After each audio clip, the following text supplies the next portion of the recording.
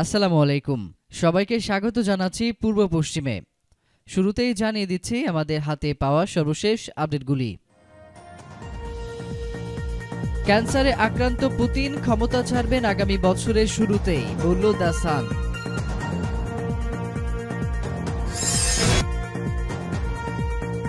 Erdogan Salman ফোনালাপ।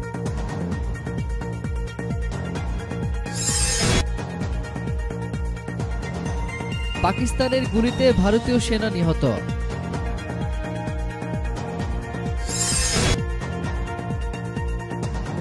ট্রাম্পের ব্যক্তিগত আইনজীবীকে শয়তানের আইনজীবী বলল ইরান।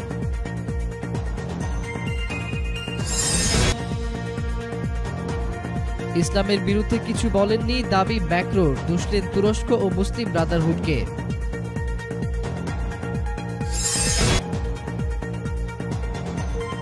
ইরানের বিরুদ্ধে সব অপশন খোলা, মার্কিন পররাষ্ট্রমন্ত্রীর হুমকি।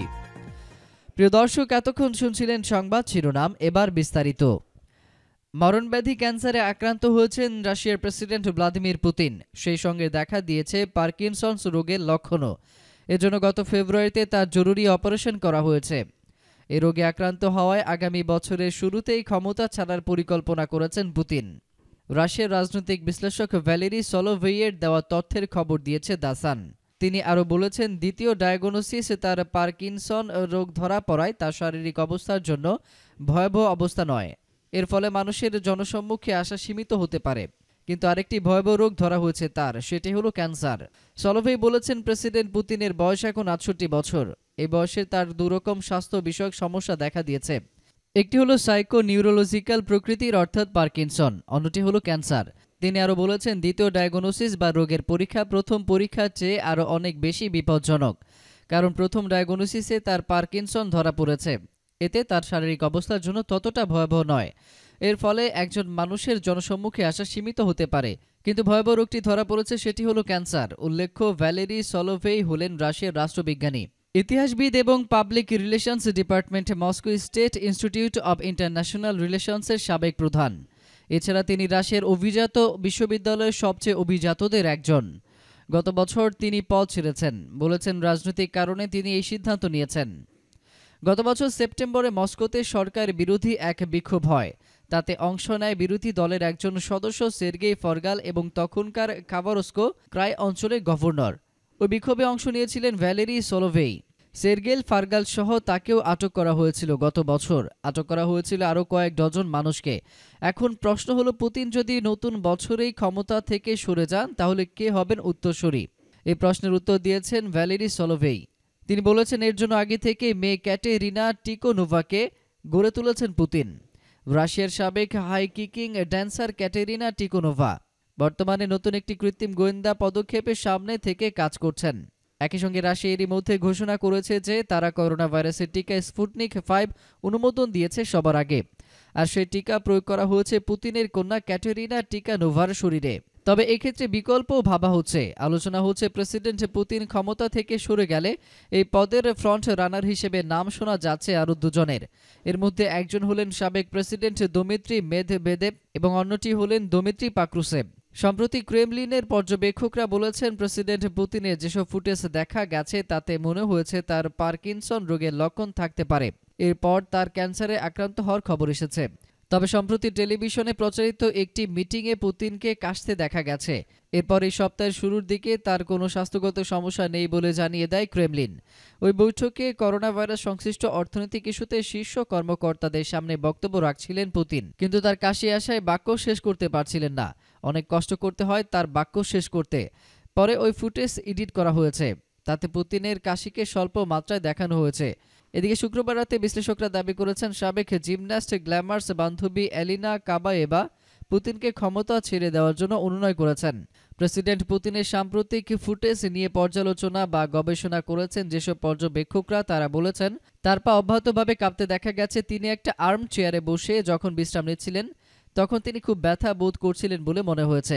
তিনি যখন কলম ধরছিলেন তখন আঙ্গুলগুলো কাঁপতে দেখা গেছে। এ সময় তিনি একটা কাপ হাতে নেন। ধারণা করা হয় তাতে বেদনানাশক ককটেল ছিল। পুতিন যে তার ২০ বছরের ক্ষমতার ইতি ঘটাবেন তা আন্দাজ করা যায় আরও একটি ঘটনায়। আইন করে তাকে আজীবন সিনেটর বানানোর খসড়া করা হয়েছে। এর অর্থ হলো তিনি ক্ষমতা থেকে সরে গেলেও সিনেটর হিসেবে থেকে যাবেন। এর ফলে তিনি মারা না যাওয়া পর্যন্ত আইনগতভাবে দায়মুক্ত থাকবেন।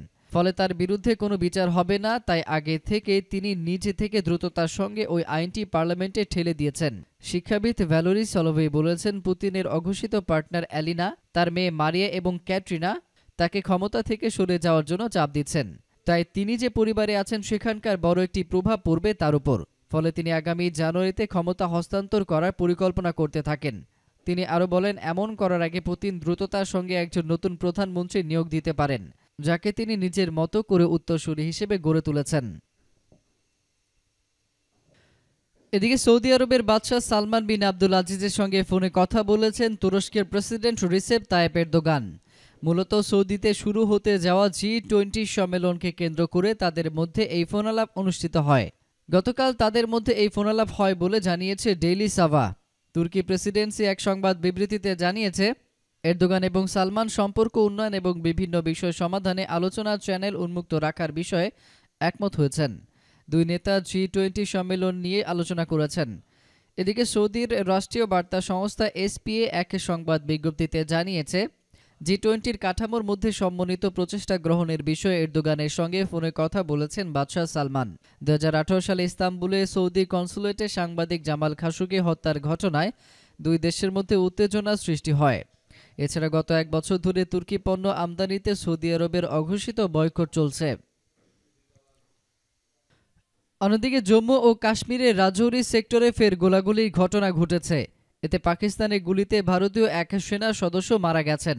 গতকাল ভারতীয় সংবাদ মাধ্যম টাইমস অফ ইন্ডিয়ার এক প্রতিবেদনে এই তথ্য জানানো হয়েছে। প্রতিবেদনে জানানো হয়েছে, শুক্রবার রাত থেকে শনিবার সকাল পর্যন্ত নওশেরা সেক্টরে গোলাগুলি চলছিল, যার কারণে উত্তপ্ত ছিল সীমান্ত। এর আগে জম্মুর নাগরোটা জেলায় নিরাপত্তা বাহিনী ও জঙ্গিদের মধ্যে গোলাগুলিতে 4 জঙ্গি মারা যান। ভারতের দাবি, বিপুল অস্ত্রশস্ত্র এবং গোলা বারুদ নিয়ে বৃহস্পতিবার ভোরে সাম্বা সেক্টর দিয়ে ঢুকছিল তারা। নিহতদের কাছ থেকে 5টি AK-47, 6টি 56 রাইফেল মিলেছে। এছাড়া ছিল 3টি পিস্তল, 1 প্যাকেট RDX, 20টি চীনা হ্যান্ড গ্রেনেড এবং 20 কেজি বিস্ফোরক। ভারতীয় গণমাধ্যমগুলো জানায়, জঙ্গিরা বাসে করে জম্মু থেকে কাশ্মীর দিকে যাচ্ছিল। হাইওয়ে টোল প্লাজার কাছে গেলে নিরাপত্তা বাহিনীর সন্দেহ হওয়ায় বাস থামানো হয়। সেখানেই গোলাগুলি শুরু হয়। এরপর থেকে জম্মু শ্রীনগর জাতীয় সড়ক আপাতত বন্ধ রাখা হয়েছে। অন্যদিকে মার্কিন প্রেসিডেন্ট ডোনাল্ড ট্রাম্পের ব্যক্তিগত আইনজীবী রুডি জুলিয়ানিকে শয়তানের আইনজীবী বলে অভিহিত করেছে ইরানের পররাষ্ট্র মন্ত্রণালয়। গতরাতে মন্ত্রণালয়ের এক টুইট বার্তায় বলা হয়েছে, আমেরিকার জনগণ হয়তো বিপুল অর্থের বিনিময়ে একটা মিথ্যাবাদী ও সন্ত্রাসী প্রশাসনের পক্ষে জুলিয়ানির আইনি লড়াই দেখে বিস্মিত হয়েছে, কিন্তু ইরানি জনগণের জন্য এতে বিস্ময়ের কিছুই ছিল না। ইরানের পররাষ্ট্র মন্ত্রণালয়ের টুইট বার্তায় আরও বলা হয়েছে, জুলিয়ানি বহু বছর ধরে শয়তানকে আইনি সহায়তা দিয়ে আসছে এবং সে ডলার দিয়ে নিজের পকেট ভরার জন্য সন্ত্রাসীদের ঘৃণ্য অপরাধগুলো সভ্য সমাজে কাজ বলে চালিয়ে দিয়ে এসছে। কিন্তু এই আইনজীবী এখন সত্যিকার অর্থে পতনের দ্বারপ্রান্তে রয়েছে। ডোনাল্ড ট্রাম্প সম্প্রতি তার এই ব্যক্তিগত আইনজীবীকে নির্বাচন সংক্রান্ত অভিযোগগুলো এগিয়ে নিয়ে যাওয়ার দায়িত্ব দিয়েছেন। গত 3 নভেম্বর অনুষ্ঠিত প্রেসিডেন্ট নির্বাচনে ডেমোক্র্যাট প্রার্থী জো বাইডেন জয়ী হলেও ট্রাম্প সেই ফলাফল মেনে নিতে অস্বীকৃতি জানিয়ে বিভিন্ন অঙ্গরাজ্যে ভোট কারচুপির অভিযোগ এনেছেন। তবে ট্রাম্প ও তার সাঙ্গপাঙ্গদের এই সংক্রান্ত অভিযোগ এখনও ধোপে টেকেনি। ট্রাম্পের আইনজীবী রুডি জুলিয়ানি এর আগে ইরানের ইসলামী সরকার বিরোধী মুনাফেকিন সন্ত্রাসী গোষ্ঠীকে সহযোগিতা করেছে। গত 4 দশকে আমেরিকা ও ফ্রান্সের পৃষ্ঠপোষকতায় মুনাফেকিন গোষ্ঠীর হামলায় 17,000-এর বেশি ইরানি নাগরিক নিহত হয়েছেন। এদিকে ইসলামের বিরুদ্ধে কোনো আক্রমণাত্মক বক্তব্য দেননি বলে দাবি করেছেন ফ্রান্সের প্রেসিডেন্ট ইমানুয়েল ম্যাক্রো। তিনি বলেন, আমি আসলে ইসলামের বিরুদ্ধে কোনো আক্রমণাত্মক বক্তব্য দেইনি। আমি বক্তব্য দিয়েছি ইসলামিক সন্ত্রাসবাদের বিরুদ্ধে। ম্যাক্রোর দাবি, তার ওই বক্তব্য মুসলিম ব্রাদারহুড বিকৃত করে বিশ্বব্যাপী ছড়িয়েছে। প্যারিস ভিত্তিক সাপ্তাহিক একটি ম্যাগাজিনকে দেওয়া সাক্ষাৎকারে বরাত দিয়ে এই বক্তব্য গতকাল প্রকাশ করেছে AFP। ম্যাক্রো বলেন, আমি যখন ইসলামী মৌলবাদের বিরুদ্ধে আক্রমণ করার সিদ্ধান্ত নিয়েছি তখন আমার বক্তব্য বিকৃত করা হয়েছে। এটা মুসলিম ব্রাদারহুডের মাধ্যমে তুরস্ক ব্যাপকভাবে ছড়িয়ে দেয়, যার কারণে এটা জনমতের ওপর ব্যাপকভাবে প্রভাব সৃষ্টি করে। এটা স্বাভাবিকভাবে সাহারা সহ আফ্রিকাতেও তার প্রভাব পড়েছে, যোগ করেন ম্যাক্রো। ওই সাক্ষাৎকারে তুরস্কের সঙ্গে রাশিয়ার বিরুদ্ধে সরাসরি বক্তব্য দেন ম্যাক্রো। ম্যাক্রোর অভিযোগ, আফ্রিকায় এন্টি ফ্রান্স সেন্টিমেন্ট গড়ে তুলতে তুরস্কের সঙ্গে রাশিয়া অর্থায়ন করেছে। উল্লেখ্য, ফ্রান্সের রাষ্ট্রীয় মদতে মহানবী সাল্লাল্লাহু আলাইহি সাল্লামকে নিয়ে ব্যঙ্গচিত্র প্রদর্শনের প্রতিবাদে বিশ্বজুড়ে বিক্ষোভ অব্যাহত রয়েছে। সেই সাথে ফ্রান্সের পণ্য বয়কট করা হচ্ছে। এদিকে ইসলামী প্রজাতন্ত্র ইরানের বিরুদ্ধে ব্যবস্থা নেওয়ার জন্য আমেরিকার টেবিলে সব অপশন রয়েছে বলে আবারও হুমকি দিয়েছেন মার্কিন পররাষ্ট্রমন্ত্রী মাইক পম্পেও। ইহুদিবাদী ইসরায়েলের দৈনিক পত্রিকা জেরুসালেম পোস্টকে দেওয়া সাক্ষাৎকারে তিনি এই হুমকি দিয়েছেন। তিনি বলেন, গত 4 বছর ধরে ইরানের বিরুদ্ধে আমেরিকা এই নীতি অনুসরণ করে এসেছে এবং এই নীতির পরিবর্তন হওয়ার কোনো কারণ নেই।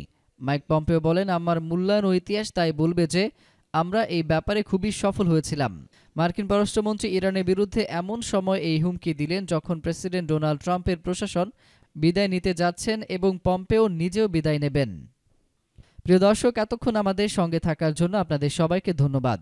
আন্তর্জাতিক অঙ্গনের সকল খবরাখবর পেতে আমাদের চ্যানেলটিকে সাবস্ক্রাইব করে আমাদের সঙ্গেই থাকুন। আল্লাহ হাফেজ।